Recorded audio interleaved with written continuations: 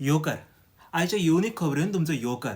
आयचो विशय जावन आसा वारखण्याचो वीरभद्र.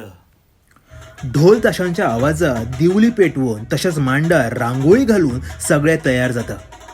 वीरभद्र जावपाचो मान गांवच्या एका फामिलीक दिलो गेलो आसा. ताची रंगवण करपाक सुरवात जाता.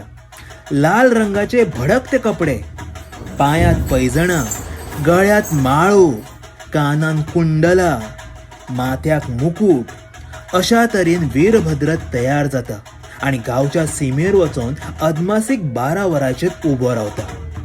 ह्या लोककलेची सुरवात जाता ती